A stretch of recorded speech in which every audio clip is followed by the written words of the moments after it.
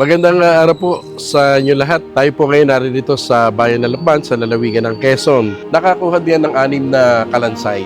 So, ibig sabihin, Sir Jojo, etong way na to, may tunnel yan? So narito sa loob dito, yung pinakang loob ng kuweba. Ah, okay. Pinakalob ng kuweba. Pwede ba natin mapuntahan, sir? Madumi lang, sir. Okay lang po, okay lang. So guys, pupuntahan namin yung kuweba na... Accordingly, yung butas niya sa taas, kasi cash ang tao eh.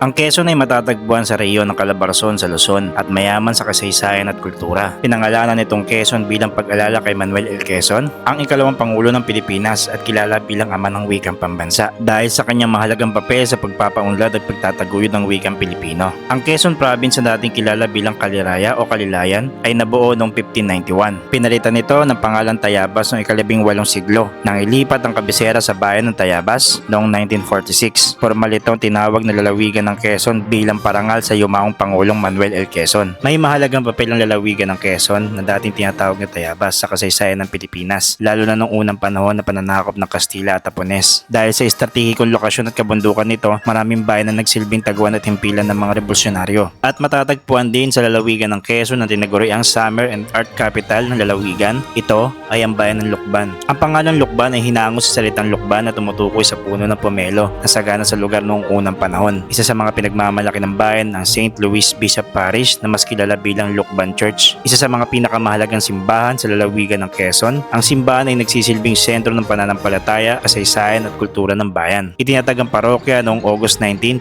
1595 ng mga Franciscan missionaries sa ilalim ng patron ni San Luis Obispo. Ang unang simbahan ay yari sa mga magagaan na materyales tulad ng kawayan at nipa, bago ito pinalitan na mas matibay na strukturang bato sa mga sumunod na taon. Sa paglipas ng panahon, ang Lukban Church ay naging saksi sa mahalagang pangyayari sa kasaysayan ng bayan mula sa panahon ng kolonyalismo hanggang sa makabagong panahon at nanatiling buhay sa simbolo ng pananampalataya at pagkakakilanlan ng mga Lukbanin. Kaya tara, samahan niyo ako sa isang masayang paglalakbay papuntang Lukban, Quezon.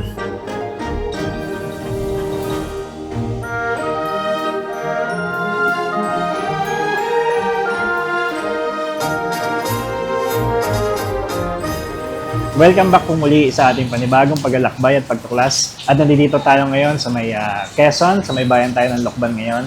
At welcome 2026, no? Ang unang bayan natin ngayon is itong Lukban, dito sa may probinsya ng Quezon. At nandito tayo ngayon sa may simbahan ng St. Louis Bishop Parish, dito sa may mismong sentro ng Lukban. At naimbitahan po tayo dito ng kanilang historian.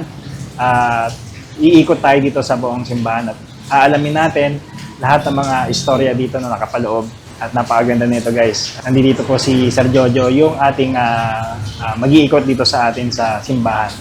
Ito si Sir Hello. Jojo, yung historian ng Lukban. Good morning po. Good morning, sir. Opo. Sir, bigyan mo naman ako ng mga kwento tungkol dito sa may simbahan ninyo, sir. Kung kailan po siya naitatag. So, unahin ko na po ay yung establishment ng parish at saka ng bayan ng Lukban. Actually, ang bayan po ito ay natagpuan ng mga Franciscans noong pang 1578. No? Pero may mga community na dito, pero hindi agad nakapagtayo ng bayan. Nabuo na nila ang mga tao pero wala pa silang napa-assign na pari at wala pa rin silang nai-assign dito na Gobernador Silio. At noong taong 1595, doon pa lamang nila formal na dineklara ang bayan ng Lukban at ang parokya na bilang opisyal na bayan at parokya ng bayan ng Lukban. So kaya ang official findings po namin o foundation ay August 19, 1595. 1595. Although 1578 ho ay nagpunta na dito sina Fray Juan de Plasencia at saka si Diego de Oropesa during that time. And then yung unang community namin dito sa Lukban ay hindi dito sa lugar na ito ng bayan. Doon sa isang baryo namin na tinatawag naming Kulapi. So doon, accordingly, doon unang nabuo yung pamayanan. And then nakailang palit ng simbahan, lagi na susunog. And then later on, in 1629 to 1630, naisipan nilang humanap ng another place na mas mainam kaysa doon sa dating tinitira nila. At sangayon pa rin sa aming alamat at kasaysayan, ang pinagbasehan nila ng pagpili ng lugar na mainam panirahan ay yung mga pangitain. So, nung meron silang isang lugar na pinuntahan dito, nagbasid sila and then ang nakita nila ay uwak. So, since na ang uwak ay o raven ay symbol ng bad omen, kaya sila yung naghanap ng panibagong lugar. At accordingly, dito sa lugar na ito ng simbahan, ay maraming puno ng lukban. At habang sila yung namamahinga, nakakita sila ng mag-asawang kingfisher o salaksak. At sa ngayon doon sa mga katutubo, ito ang magandang pangitain. Sapagkat yung salaksak, bukod sa makulay, ay napakaganda ng tinig niya. So, kaya napagdesisyonan nila na lumipat dito at dito na itayo ang pamayanan at ang simbahan. So, kaya nung 1630, dito na nila inilipat, dito na sila nanirahan at dito nila itinayo ang ikalawang simbahan. Sapagkat yung unang simbahan itinayo nila ay dun sa barangay o nayo ng Pulapi. And then ito namang structure po na ito, ito ho ay dati ay light materials din lamang nung lumipat sila na 1630. So from time to time na nasisira siya o kaya nasusunog, pinapalitan nila ng mas malaki. No? Pero itong bato na ito po ay sinimulan nilang gawin ay noong 1733. At ito po ay natapos ng 1738. No, itong simbahan mismo na ito. And then, ang simbahan po ay hindi agad siya isang buo na natapos. Ang kumbento ay nagawa siya ay 1742. Ang kumbento, and then ang kampanaryo na ginawa po yan ay 1749. So, gano'n na po katanda ang aming simbahan. Pero, sad to say, na noong pong Second World War, to be specific, I think April 4, 1945, nung natatalo ng mga Japanese ay binomba ng mga Amerikano ang hindi na ang lukban and then nadamay ang simbahan. Kaya ho ang loob ng simbahan namin ay na-damage. Lalo tigit yung aming retablo na original, siya po ay nasira. Kaya hindi na po namin na ibalik at gumawa na lamang ng bagong retablo. But just the same ay na-retain po at na-maintain itong structure o building na ito ng simbahan ni San Luis Obispo. Sir, napansin ko pala dito sa mga instruktura natin, no? Grabe, oh. Ano po ito? Gawa po saan ito? Adobe ho lahat yan. Adobe? Oho. Tingnan natin, lapitan natin, sir. Ito pala yun. Parang ano siya, no? Parang pag nabasa. Kinakapitan ho talaga siya ng lumot. But then, ang katulad din sa ibang mga bayan, ang adobe usually, ang nagdidikit nito ay iaapog, and then kumisay puti ng itlog, and then pulot ng pupyutan. So, yun ang kalimitang nagbubuo nito. Kaya, ang mga adobe, usually, wala akong mga bakal yan. Talagang ano lang talaga. Yes. Kaya ang mapapansin na ninyo, may mga support siya, itong ganyang poste. Yan ang pinakang support para hindi magumuho ang pader ng simbahan. Grabe, no? Yan. Ilang taon kaya inano to, sir? Natapos to? Alin itong buong ano na to? Bali, so far mga 1949 nung huling ginawa ito, and then yung pinaka-fasad ng simbahan ay sometime in 1949 din. Pati yung design niya ay 1949 pa rin siya. Panahon pa ng mga Hapon.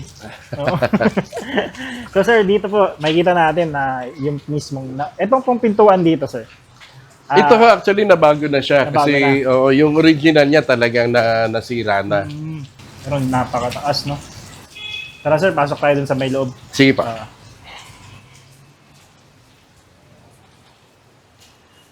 Ayan, kita tayo sa loob. Ito sir, itong lugar na ito na kinatatayo na imahe ni San Luis Obispo, dati ang nakatayo dyan yung Santo Cristo na nasa sa unahan ng simbahan. Yun ang original na nakatayo dati dyan. At yan ay merong hagdan na doon sa itaas na yun, doon nakakabit yung imahe ni Cristo. And then mapapansin mo, kaya lang medyo malayo ngon, yung paa niya talagang itim na. Kasi nga, yan nakalimitang pinupunas ng mga tao pag sila'y umakyat dati dyan. Okay. And then, around mga 1980s, ay inalis na diyan yung pinakahagdanan at hinukayan. So, nung hinukayan, nandito mismo ako, nakakuha diyan ng 6 na kalansay. Diyan po mismo. Sa ilalim niyan, oo. Lapitan nga po natin, Yes. Sir Jojo. Diyan po mismo sa may ilalim Dito po, sa ilalim niyan.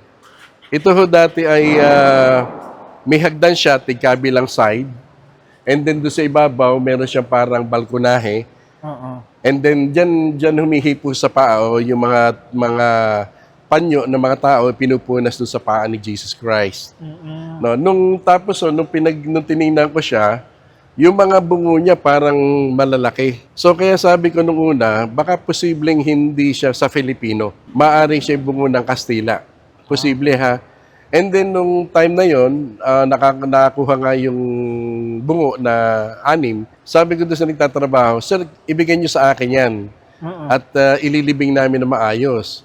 Pero dahil natakot yung mga nagtatrabaho, sabi nila, "Sir, wag na lang ho, ibabalik na lang ho namin dito. Baka hindi kami patulugin ng mga may-ari nito."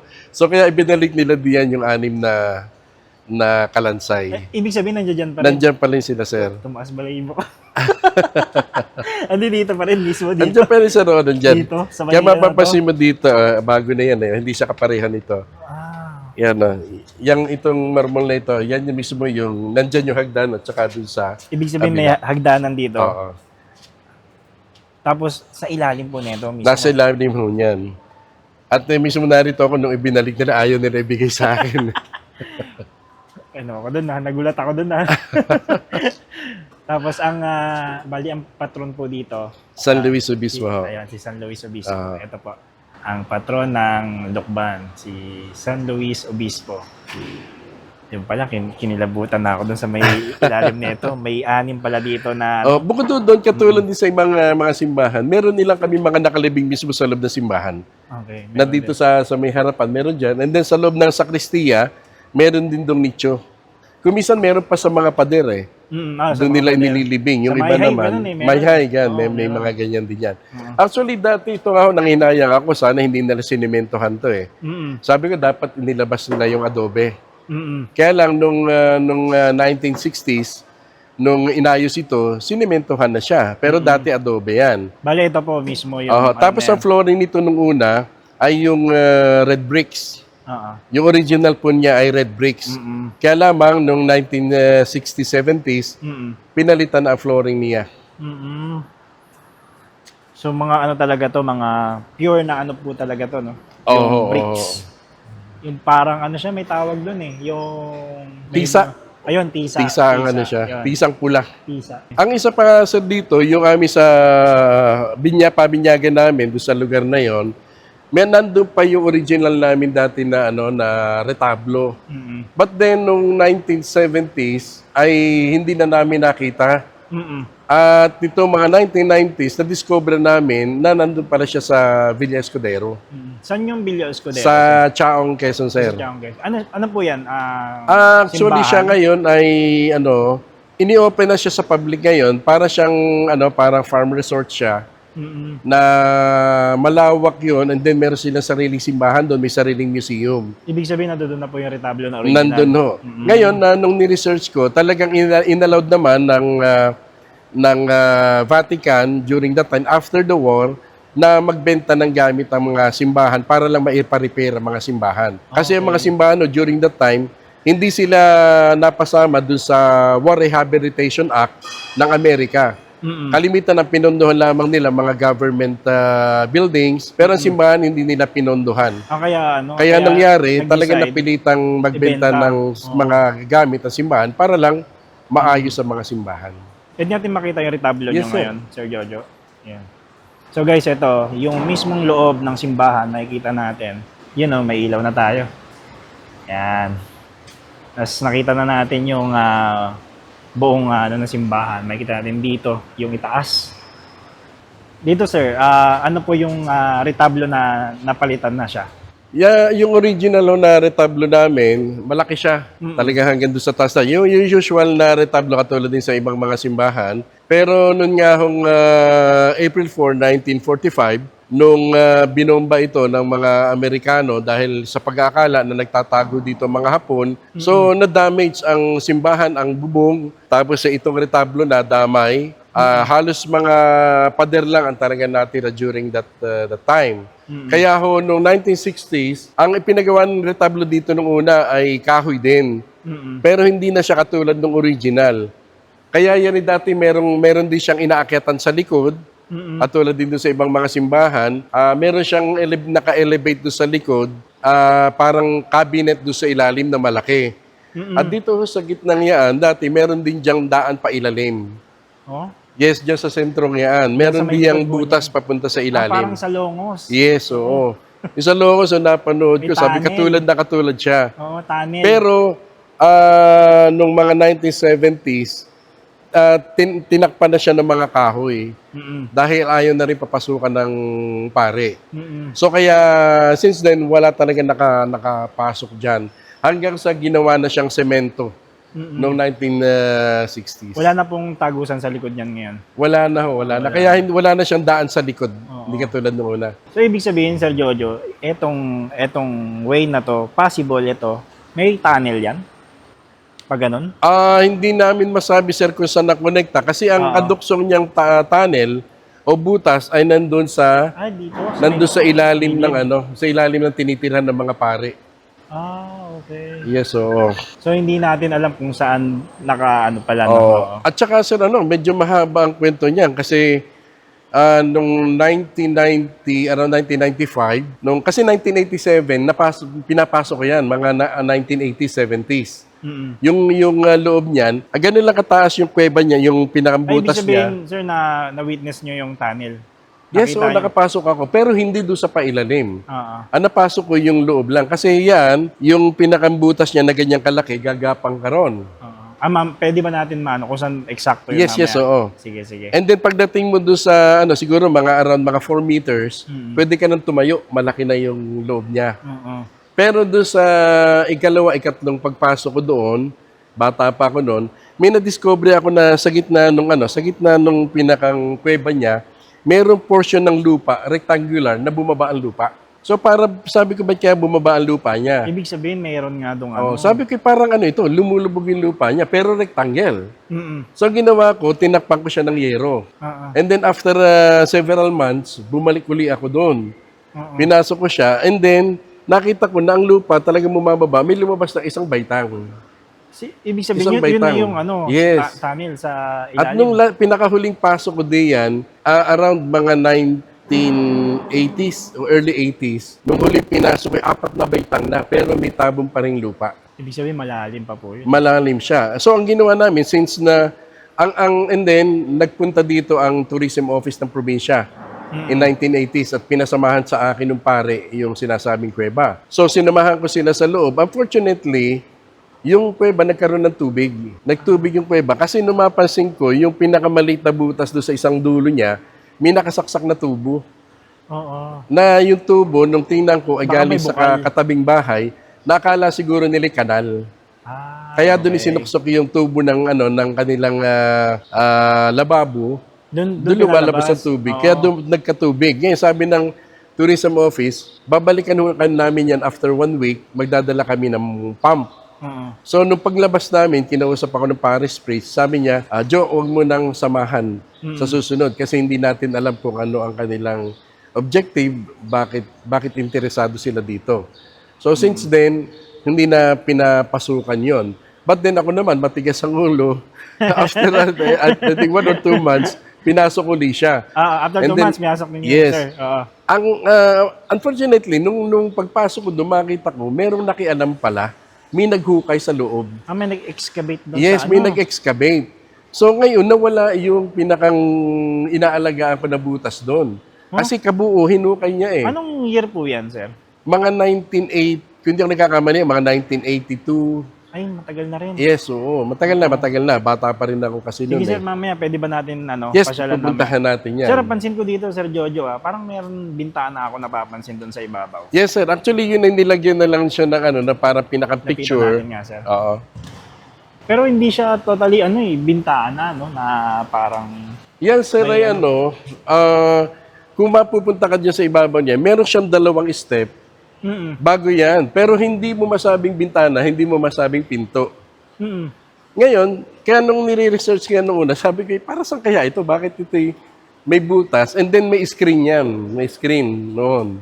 Nung dati Yes, po. oo, may screen yan itaas na yan. Ngayon, nung ako'y nag-research, bakit merong ganyan? And then accordingly, nakuha ko, kasi itong kumbento namin dito sa katabi nito, yan ay kalimitang tuluyan ng mga opisyal ng gobyerno. Okay. Tsaka yung mga matataas na may katungkulan sa simbahan. Opo. Ito yung parang pinaka-hotel nila nung una kasi wala namang hotel eh. Okay. So dito sila tumutuloy. Kaya meron kami dito tinatawag na kabalyaresa. Okay. Yung kabalyaresa, nakatabi nito, yun ang paradahan ng mga kabayo karwahe nung una. Oo. Eh, Ito pong papasok. Hindi, nasa likod Sa pa. may likod pa. Likod pa, dito lalabas tayo. Oo. Ngayon, ang sabi, itong Lukban ay paboriting puntahan ng mga opisyal ng gobyerno na Kastila at saka ng simbahan. Kaya meron kaming kabalyaresa na doon nga ay ginagrahe ang mga karwahe at saka mga kabayo. So accordingly, kapag meron kami mga bisita doon ng mga high-ranking officials ng government as well as ng church, ay kapag nagsisimba, kung sino man yung mataas ng tungkulin, dito siya nagsisimba. Dyan Hindi siya humahalo Hindi sa siya tao. Oo. Oo, dito siya nakikinig ng misa. Habang nagmimisa, nandun siya. Kaya pala may So yun ang purpose, yun pala ang purpose niya noon. Pansin ko kasi parang kakaiba siya eh. Oo, yung kabila, tinan mo, wala ha. Yung Hindi kabila yan. kasi. Painting lang siya. Painting lang eh. Oo. Ito guys Pakita Pero ko sa inyo. ibinagay Painting lang din. siya. Oo. Kasi since nung naglagay kami dito ng ng mga stained glass, yan, pinintahan na rin yun para makabagay. Para parehas dun sa kabila. Yes, oo. Painting lang ito guys yan. Yung ano na yan. Yung... Tingnan mo to, narito ang isang namin. Ayun na. Ito nga Oo. 1917. Yes. Kasi may nakalibing po dyan. May nakalibing dito. May nakalibing. Meron pa kami doon sa loob ng sakristiya. Meron pa din doon. Kasi kadalasan sa mga talagang lumang simbahan, mapapansin mo, may mga ganyan talaga eh. Sa Tanay po, may ganyan pala. Meron, Tanay. no. Mahihay, meron din. Mahihay. Yan ay kalimitan yung ba mga ma-influensyang tao sa simbahan, sa gobyerno. Kalimitan nililibing Kasi ang sila ibig dyan. sabihin daw po niyan, kaya nila nilibing dito para mas mapalapit daw sa Yes. sa langit. Oo, parang gano'n. Ganun kasi yung sabi niya. Oo. Ganun paniniwala ng iba. Paniniwala nila para mas mabilis daw na makakit sa langit, gano'n. Oo. Ang second patron namin dito ay sa San Isidro. Kaya kami meron dito San Isidro Festival every May 15. Opo. Yung San Isidro Festival, yun yung tinatawag ng tourism na Queen of all festivals. Kasi very colorful siya. At saka ang mga pang-decorate namin, yung pampayas namin, lahat ay mga farm products. Yun ay in honor of San Isidro, the farmer. So, kaya imbitahin kita sa May 15 May ulit. 15 po. Sige po. Yung original namin dito, dati ito hindi ganyan kataas. Okay. Itinaas na lang yan. Pero dati, meron din kami ditong parang pinakang bakod. No? Na yung mga sumisimba, hanggang dito lang talaga sila. At dito nagpapakomunyo nung una. May mga lumang simbahan na gano'n pa rin ang style ngayon. Sa Longos po ganun eh. Yes, Longos may harang may pa rin. harang. No? Hanggang ngayon. Kami naman talagang tinanggal na namin yan. At pinalaki talaga ang altar. Ito pong nasa itaas natin, napansin ko po ito. Opo. Sir Jojo. Yan ay na-damage din no Second World War. At noong 1960, yan ay ginawa lang dome. Very ordinary dome na colored blue, parang langit din ang itsura niya. So noong 2018, nung nagkaroon kami ng rehabilitation dito, ay naka-request kami sa National Historical Commission of the Philippines ng halagang 20 million. 20 million para sa rehabilitation ng simbahan. So kaya isa ho yan sa inayos at ibinalik yung parang dating itsura niya na merong balkonahe doon sa pinakang dome niya. Ito po nga. At tulad din ng ibang mga Grabe simbahan. guys. Ayan, kita ninyo. Ano nga tawag dito sir sa, ano na to? Dome yan. Ano to eh. Ha? Hindi ba to yung para sa mga kumakanta? Yung Hindi. Nandun ang aming choir loop. Oo. Taas na kasi masyado. Nasa likod. Oo. Pero hindi na po siya accessible, no? Hindi ho. Tsaka hindi talaga namin nilagyan siya ng access papunta ron kasi delikado. Kasi sobrang taas na nga. Oo, napakataas. Ang choir loop po namin nandun sa likod. Ayun, nandoon pala ang choir loop, guys. Sa may babaw. Diyan din ang daan papunta sa kampanaryo. Okay guys, iikot kami dito sa may likod. Sa may Ito lang dating pinadaanan. kumpento na tinatawag, no? Ito po yung dating Ito yung sakristiya. sakristiya. Dito naman kami pupunta. Napakalaki na simbahan ng Lukban. Ayan. Okay. Ano ba yung nabubuksan ka? Meron pa yung isang ano. Ay, oo nga, meron pa dito. May lapida ba dito? Ano to? 1838. Ah, yun na. 1838, 1938. So, talagang hindi na rin talaga siya inalis, no? So, Oo. Tsaka talaga pinaretain ho namin nung nirepair ito. Oo. Ay pinaretain talaga namin yan. Siya si Doña Alejandra Racelis Isorbano. Mm. Siguro mga impluensya ng... Oo. Actually dati, yung original ho nito, wala dito ang pinto. Ang pinto niya nandun sa kabila. Kaya lamang yung bagong parish priest namin, pinabago niyang design. Ginawa ng ano yun, parang prayer room. And then pinabutas niya to. okay. Pero ito dati talagang ano yan, Sarado. sarado yan. Sarado. Nandito ang pinakang daan Dito yan. sa may gilid. Oo. Okay. Kaya dito, itong lugar na ito, malaki pinagbago ngayon yan. Hindi na ito yung talagang original. Original. Let's go. Pero mas maganda po, ano? Kasi... Gumanda naman, oo.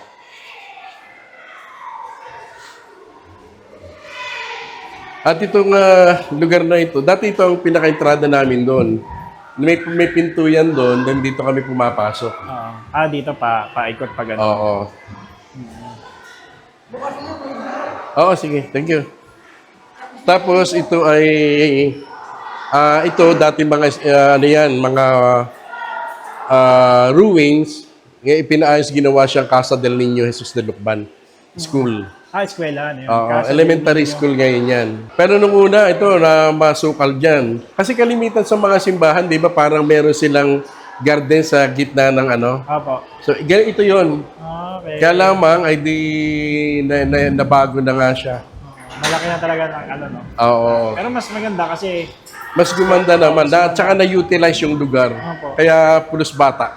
ang pangalan po is Casa del Niño Jesus de Lucban. Jesus de Yan. Lucban Incorporated Elementary Department nila. Yan. Itong Eskwela daan nila. ito tinatawag yung the Royal Stair. O yung Royal Staircase.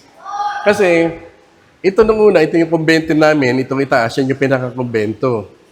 At nung panahong una, nung panahon ng mga wala pa dito mga hotels during that time, kalimitan ng mga panauhin ng Lukban, dito natutulog sa kumbento. Dito tumutuloy sila. Kaya nga doon sa kabila nito, meron kami diyang kabalyaresa na tinatawag, na yun yung pinakang grahe ng karwahe at ng mga kabayo. Kasi accordingly, paboritong puntahan ng mga Kastila itong Lukban nung panahong yon. At itong hagdang ito, Ito kalimitan, ang dumadaan lang yung una diyan ay yung mga high-ranking officials ng government at ng simbahan. Ito'y dati very limited dito sa mga Indios, sa So, mga ibig sabihin, Lakbanin. ito pong hagdanan na to, talagang bibihira lang mga nakakadaan dito. Kaya kung ng mapasin mo, bakit napakalaki niya? araw. Opo, ang laki nga, no? Di ba? Hanggang doon sa pangkakat, ang lapad din niya. Oo. So, ibig sabihin, saksi pala to sa mga... Yes. Dito dumadaan yung mga panahon nung una. Dito tumitira sa taas. Dito sila natutulog. Kaya sabi ko, hindi alam ng mga bata significance itong hagdan na ito. Na nung una, Hindi talagang- basta-basta pala itong Hindi hagdan basta na to. hagdan yan. Kaya sasabi ko sa kanila. No? So guys, grabe, no? Ang dami pa lang talaga mga kwento dito sa may Lukban Church. Ayan. Ito ngayon ang ano namin, ang rectory namin. Diyan ang tumitira mga pare. Ayun. Yes. Oo. Ayun, doon sila pala tumitira. Doon sa ano. Oo. Nung una, ito yung mga walang building yan. Ito yung pinakang parang garden sa loob ng simbahan. Pwede ba natin malapitan? Yes, sir. Sir Oo. Jojo? Kaya lang, medyo naulan. Okay lang po. Para makita rin ng ano natin, Sige. mananood natin yung ano, yung itsura. Yan ito, mga walang building dati yan eh. Okay. Mga bagong palagay na yan. Tsaka ito. So guys, maulan ngayon. Pero dito pa rin kami, no? Para ipakita sa inyo yung ganda ng simbahan ng Lukban. Yan. Dito tayo. Dito. Okay, sige sir, dito ba? Bali, Yung ito na sinasabi po, ko sir na yung butas ng kuweba, narito sa loob dito. yung butas ng kuweba nandito. Yes. Punta natin, sir. Kaya lang, napakasukal na niya ngayon, ha? Okay lang po. Ay, parang ano na siya. Kasi ginawa na siyang tambakan, Okay. pero doon sa lugar na yon yung pinaka-poste, nandun pa nandun butas, yung butas Ando pa yung natin. uka. Para Tapos, wala na talaga ito, ano. dito sa lugar na ito, Mm-mm. mamaya makikita natin sa labas, malaking ano yan, malaking parang pader. Mm-mm. Yung loob niyan, yun yung part ng kuweba. Eto po, eto. Pwede kang tumayo. Ano yung adobe ba yun? Yung, Alam mo, nung pinasok ko yan, hindi siya purong adobe. Hindi ko malaman kung anong klase ng bato yung ibang naroon. mm-mm. Hindi siya purong adobe Dito, parang ganito siya, ano. Ganito yung, dito mismo Yes. siya. Ito ay, di nandun yung butas, ano? Okay. So, mula doon hanggang dito, yan ay, ang shape niya, dome, papaganyan. And then siguro, para mahigit na isang dipa ang lapad niya. Ang laki pala. Pero yung haba niya, medyo mahaba-haba, halos ito. Simula dito hanggang dun sa may Oo, loob na. yes. Yung entrada pa lang yun. Yun ay yung pinakaloob ng kuweba. Kaya pagdating mo sa loob, makakatayo ka eh. Tapos, Tapos pababa yung na siya. iba, yung itaas niya ganyan, doon sa pinaka-itaas niya, may butas siya, nakasyang tao. Pwede ba natin mapuntahan, sir? Madumi lang, sir. Okay lang po, okay lang po. So guys, pupuntahan namin yung kuweba na nung bata pa si Sir Jojo is nakita niya mismo. Ito. Dito na sa medo. Ano po ito? Stock room na ninyo, no? Ginawa ng tambakan. Mm-mm. Pero nung bata po kayo, dito kayo. Oo, dati naglalaro pa kami dito nun eh. Ang butas niya naririto. Ay, ito. Yan. Diyan. Ay, hindi pa pala sarado. Yung Ayun. bakal na yun. Bukas pa. Meron. Kaya lang ang dami Hindi, tambak. okay lang po. Mapakita lang natin sa kanila. Ay, oo. Ayun. Yan, kita mo, no? May butas yan. Ayun, may butas nga. So guys, yun ang nakita natin. Meron. Ay, papasok pa. Oo, yan ay papunta ron. Papagano ng ligo niyan. Mm-hmm. Tapos dito sa loob niyan, naririn yung pinakamalaking yung kuweba niya. Doon ko nakita sa ilalim yung pinakang daan sana pababa na hindi na siya, Dito mismo.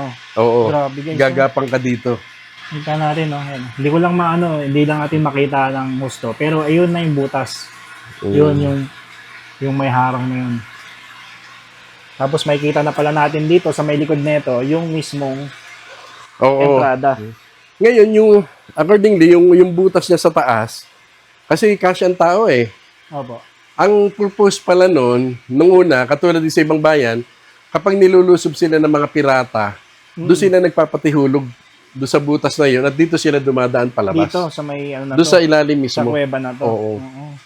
Grabe. Kaya nung una, natatandaan ko, ang lukban ay sinasabi na pahingahan ng mga praile. Kasi daw, kapag tinutugi sila ng mga pirata, nung una, kapag sila nakarating ng lukban, hindi na sila nakikita. Kasi nga ay merong dinadaan ng sikreto. Ayun pala yung mga Yes, kuweba. so kaya sabi nung una, ito daw lukban ang pahingahan ng mga praile. Oo. At dito nga sila, pag sila napapunta sa dakong ito, hindi na sila nahuhuli ng mga pirata. Oo. Grabe yung buhay pa pala yung yung butas nandiyan Yes, so pa. kaya nga mabuti. Kala ko kanina may semento eh. Pala buhay pa. Oo, nandiyan pa pala. Bukas pa pala siya. Oo. Oo. Sayang nga lang, tinambakan na eh. Tara po. Actually, ito yung na-propose namin nung una na i-explore. Yang kuweba po. Oo. Kaso hindi pinayag ng pare. Maganda sana kung na-explore, no? Oo. Kasi parang yung ganun po sa Indang na nila, sa ilalim meron din. Oo. Grabe, daming sikreto pala nitong simbahan. Ay, oo. Daday dito sa kabila ko. Okay. Eto, dito po. Ano po meron dito? Ito ang ginawang opisina ng simbahan. Okay. Actually, ito yung modernized na rin. Kaayos lang nito. So guys, ito yung yung mismong kanilang opisina. Napakaganda ng opisina ng ng Lukban. St. Louis Bishop Parish Office.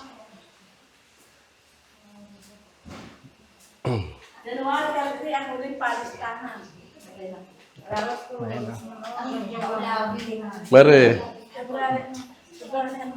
Now, ito yung papakita ko sa iyo. Itong pader na yan. Itong pader na yan. Hindi itong picture ha. Ito mismo. Na, kung baka mapansin mo, parang ordinaryong pader siya. Opo. Na, tingnan natin sa labas. Yan. Tingnan mo yung kapal na yan, ano? Yan. Nung una, sabi ko, ano kaya ito? Parang pinakampader o patibay. Opo. Pero hindi pala.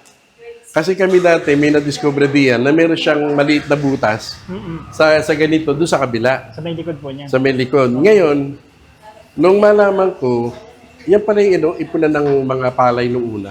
Ah, okay. Yes. So ito pala yung diyan iniimbak lahat ng mga ano. Oo. Walang nakakaalam nung ano pa ang purpose niya. Kasi tignan mo, napakalaki eh. Oo. Para maging pader siya. Pero ngayon natabunan na talaga siya. Na, Ay, pero hindi. Ang ginawa lang nila, inalis nila yung pinakambutas. Pero itong loob na ito ay halo pa rin. so ibig sabihin nandiyan pa rin sa loob. Nariyan yung pa rin yun. Halo ang loob niyan. Sayang no kung Oo. nakasana no. Buksan Marami hindi nakakaalam. Kahit ang pare hindi nila alam kung ano naging purpose niyan. Ito mismo guys oh. Etong Yes. loob nito. Oh. Makita natin. Good morning. Si Council Pio. Ayun si Kamsial. Opo. Siya ang chairperson ng Sangguniang Bayan sa Culture and Arts. Ayun. Hi po. Yan ang inimbitahan ko. Morning. Ayan, ito kung titignan mo, ang laki eh. Mm. Ngayon, kaya nga sabi ko noong una, tataka, bakit siya hindi siya pwede maging pader? Kasi wala namang siyang heavy load sa taas. Oo. Kasi hole yung itaas niyan. Grabe, dami pala mga Oo. sikreto dito sa Kaya nung namapansin namin, yung butas pati niya, parang pababang ganun ng ano, para may daluyan ba. Opo. Ay, nung niresearch ko nga siya, yan pala ipunan ng palay nung una. Kasi nga dito sa Lokban yung parang yung payas, parang Yes. At saka siguro talagang, dahil nung una naman ay merong mga lupa na intended para sa simbahan. Yung inaani doon, idinodonasyon talaga sa simbahan. So yun ang so ito purpose nun. nag-iimbakan talaga. Yes, oo. Sayang no, hindi visible yung kung makita sa Kaya nga, yo. Saan po tayo? Pakita ko sa iyo yung kung saan yung laki ng butas dito. Sige. Sige po. So guys, meron kaming titignan dito sa may harapan na sinasabi ni Sir Jojo na ano po yan Sir Jojo? So narito sa loob dito, yung pinakang loob ng kuweba. Ah, okay. Yung pinakalob ng kuweba. So guys, nakapayong na kami. wala namang bagyo. Malakas lang ang ulan dito. Yan. Ito sir, dito yung rectory o tirahan ng mga pare. Ah, ito. Itong ilalim na yan, yung loob dito, yan na yan yung pinakamalaking kuweba. Ayan po yung sa may na yan. Yes, yes. Yung loob niyan. Ay, yung loob niyan. Grabe, no? Talagang... Yung butas narito sa parte rito, di ba? Ito pa, apo. Ay, ito na po yung likod, yung kanina. Yung pinuntahan Yung natin kusina. kanina. Oo. Oo. Tapos papasok yan doon. Nasa loob dito yung malaking kuweba na pwede kang tumayo doon. Sayang, no? Pero, sana hopefully, Oo. ma-explore yun, no? Actually, alam mo, ginamitan pa namin yan ng medyo unbelievable. Pero dahil nga sa tabunan na siya, meron kaming kinuhang estudyante dati na yung bang nakakapag-trans, yung spirit niya humihiwalay sa kanyang katawan. Alam mo, yun nung pinuntahan namin, sabi nung bata, sige po, pwede ko pupuntahan. Nahiga siya doon sa kanyang katre. Pagkatapos sabi niya sa akin, sir, pwede na po kayo magtanong. Adi sinabi ko kung pwede puntahan niya dito yung kuweba. Alam niya yung mga location ng kuweba at pumasok siya rito. Oo. Na-describe niya yung loob at pagkaka-describe niya kung ano yung nakita ko, yun din. Oo. At tapos nung sabi ko, meron pa bang ibang daan yan? Ang sabi niya, sir, meron po itong daan pababa. Kaya lang ho ay sarado, sabi niya. Dahil nga may lupa. Ngayon, sabi ko doon sa bata, that was early 1980s eh. Wala na ngayon yung bata. Maaari siguro matanda na. Kasi during that time, mas bata sa akin eh.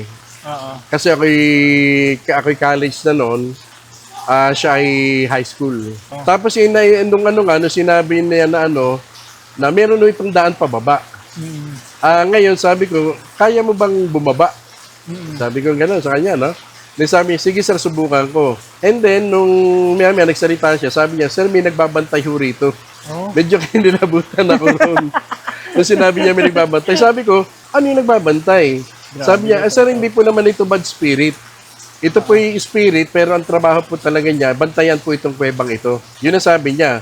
And then, tapos sabi niya, sir, magsasabi ako kung pwede akong bumaba. Ay, di yan sabi niya, pinayagan daw siya. So bumaba siya. Oo. Doon sa ilalim, nakakita daw siya ng 2 daan. Isang diretso, ay may isa daw ay pakaliwa. Possible yan, Sir Jojo, dyan sa ilalim nito na yan. Yes. So, Oo. And then, nung pina-explore ko yung isang daan, sabi ko, pwede man tahakin mo itong isang daan dyan.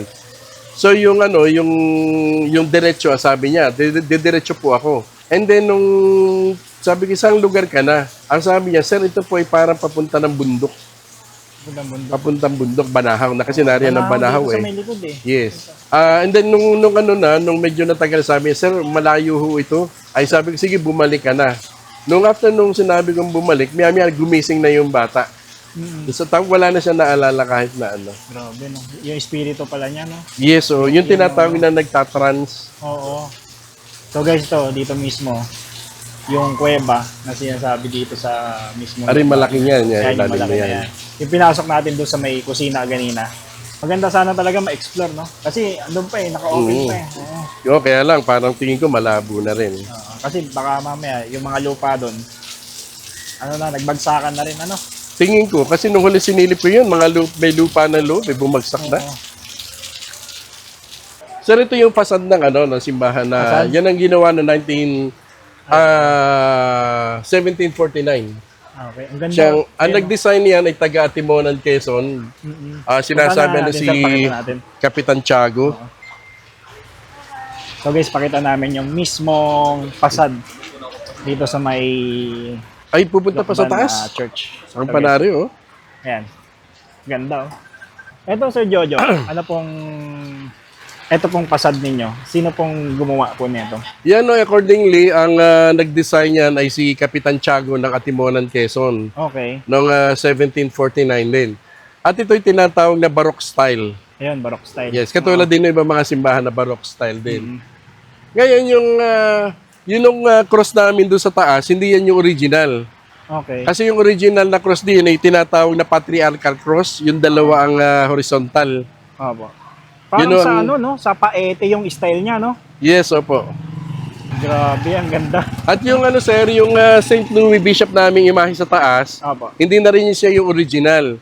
Yung nandun sa taas na yun. Yan ay pinalitan na. At yung original, kinuha nung nagdonasyon. Ngayon, doon sa aming kasaysayan din, nung pumapasok ang Hapon noong 1941, Opo. ay yan daw inakita ng ilang lukbanin, particular yung isang mayaman dito, si Don Yakusyongshyo, nakita niya na nagliwanag yung San Luis. Nung pumapasok ang Hapon dito noon, Opo. no? Nagliwanag daw yan. Kaya ang sabi daw nung mga tao sa may-ari, kunin mo na muna, ibig sabihin, merong masamang mangyayari sa lukban.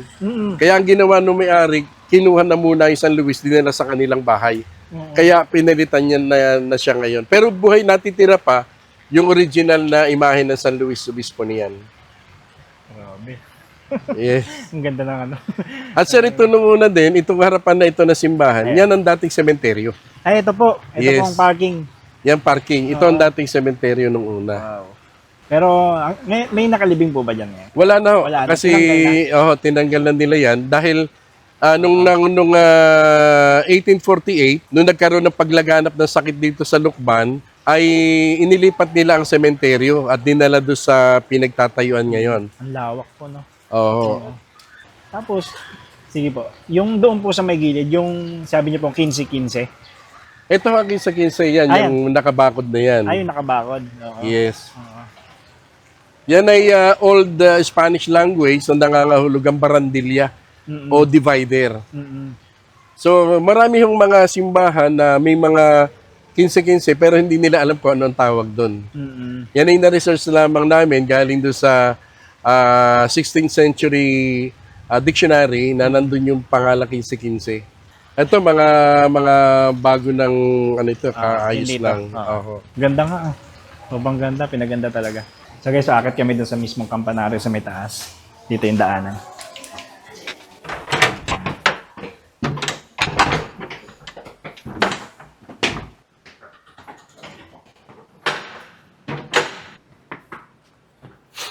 Ito sir ang choir loop. Ayun, ang choir loop. Kaya lang, sa ngayon ay ginawa ng pare, ang choir, inilagay na lang doon sa gitna ng simbahan. Taas na rin pala dito, no? Itong flooring niya, hindi na rin siya yung original. Kasi nung 2018, pinaayos namin to. And then tinanggal yung bricks, yung tisa dito. Then na-discover nila na merong malaking crack Kaya pala... dito. Kaya mabuti na repair. Mm. Dahil kung hindi, siguro bumagsak ito. So kaya napatibay na uli nila ito. Kaya bago na itong mga bricks dito. Oh, ito na yung papasok pataas. Ang cute ng pinto. Ay, gantong-ganto rin yun sa Pililya. Oo. Mabuti, no? Sinamentohan na. Dati kasi, noong mga 1970s, ano yan, walang semento yan. Kaya nakakatakot, tapos wala pa siyang bakal dito. Ngayon na-develop na yung yung Oo. hagdanan. Kaya lang tayo, dahan-dahan lang ako, ha? Sige lang po. So guys, yun, makakit na kami na sa may taas. Pero dito sa may mismo kampanaryo nila, maayos na yung daanan. Ayan. Hindi na siya nakakatakot akitin. Ang taas din pala. Napakalaki. Ito na ata pinakamalaking nakita ko. Ayan ba? Opo. Hindi niya kalaki sana. Hindi po. Sa Longos, ganito po, kalaki sa Longos. Yan, ganyan lang kalaki. Pero hindi ganito. Okay guys, ito na kami sa may ibabaw na mismong tower, no. Napakalaki ng bell nila dito. Ito na sa likod natin. Pahinga lang kami konti. Bali itong kampanaryo na to guys is 38. 1838. Nagkakamali, ha? Yan. 1838 pala ito. Napakalaki. Grabe, no? Ay, Lukban, no? Nakasulat. Yes, so... Lukban. Ano pong mas nauna? Itong bell or yung simbahan? Ito kasing kampanaryo, dito itinayo 1749. 1749. Ito namang bell, idinating ito dito sa Lukban ng 1838. Mas nauna pala itong simbahan Oo. na naitayo, no? Oo. Kasi ang sabi nila minsan, minsan nauuna raw yung bell, minsan nauuna rin yung simbahan. Yan ay may kanya-kanya talagang mga taon yan, 1879. Ito, 1879, no? Yung pinakamatanda po dito sa Halos ito. ito pinakamalaki. Yung mga baging, no? Yes. Yan pa rin yung original na bagay niya. Original pa rin ng baging. Kaya lamang, nilagyan na rin namin ang support na bakal. Kasi medyo delikado. And then ito, support na rin ito mga poste na to. Yun, may mga poste na rin pala. Semento na siya, pero dati, sa kahoy lang yan. Lahat pati ng kampana ito, lahat yung gumagana pa. At ito ang pinakamagandang tugtog na tunog ng kampana. Kasi buong ang tunog ito, hindi katulad sa ibang kampana na parang basag. Ito, buong ang tunog Hanggang dito. ngayon po ito, no? Ginagamit pa rin talaga Yes, siya. so, lahat yan. Ayun. Accordingly, ito kasi pinagawa nga ito sa sa abroad pag ginawa ito, no? Para sa Spain. Ito ay dinala dito na sabi sa story ay idinaan from Manila, idinaan doon sa bundok ng Malaguin, na ngayon hindi namin malaman kung saan yung sinasabing bundok ng Malaguin, bago itinuli sa simbahan, at ito'y 3 oras inabot para maiakyat lang dito. Napakahirap din pala ng pinagdaanan Oo. yan. Magandang araw po sa inyo lahat, sa mga taga-subaybay ni Mario Travels. Tayo po ngayon narito sa bayan ng Lukban, sa lalawigan ng Quezon. At ito po ang isa sa mga matandang bayan at makasaysayang bayan sa lalawigan ng Quezon. So maraming salamat po sa pag-feature sa aming bayan sa travel tour na ito. At nakita po siguro ninyo ang pagiging historic town ng bayan ng Lukban at ang pagiging art capital nito sa lalawigan ng Quezon. Inanyaya ko po kayo lahat na pumasyal sa aming bayan upang makita ninyo kung gaano kaganda ang bayan ng Lukban. Lalo tigit po sa mga darating namin festival. Ang Easter Sunday po namin, meron kaming traditional na Buhusan Festival. Samantalang every May 15, meron po kami tinatawag naman na San Isidro Payas Festival. Na ito po ay isa sa mga kinikilala ng mga festivity sa buong bansa. Kaya pasyal po kayo, alito po kayo sa amin at makipag-coordinate lamang po kayo sa amin at kami na po ang bahala na magpasyal sa inyo sa aming bayan ng Lukban. Maraming salamat, Sir Mario. It's been a long time, but I remember it well. Just like the photo we keep on the shelf. Oh, we were young. Oh, we were young. Now 10 years have passed and we're still locked in time. I don't take for granted the years that go by. Started with a gaze, here we remain. All of the moments collected in time, perfectly bound like your hand fits in mine. Lucky to find what we're both looking for in this life. My heart is aching.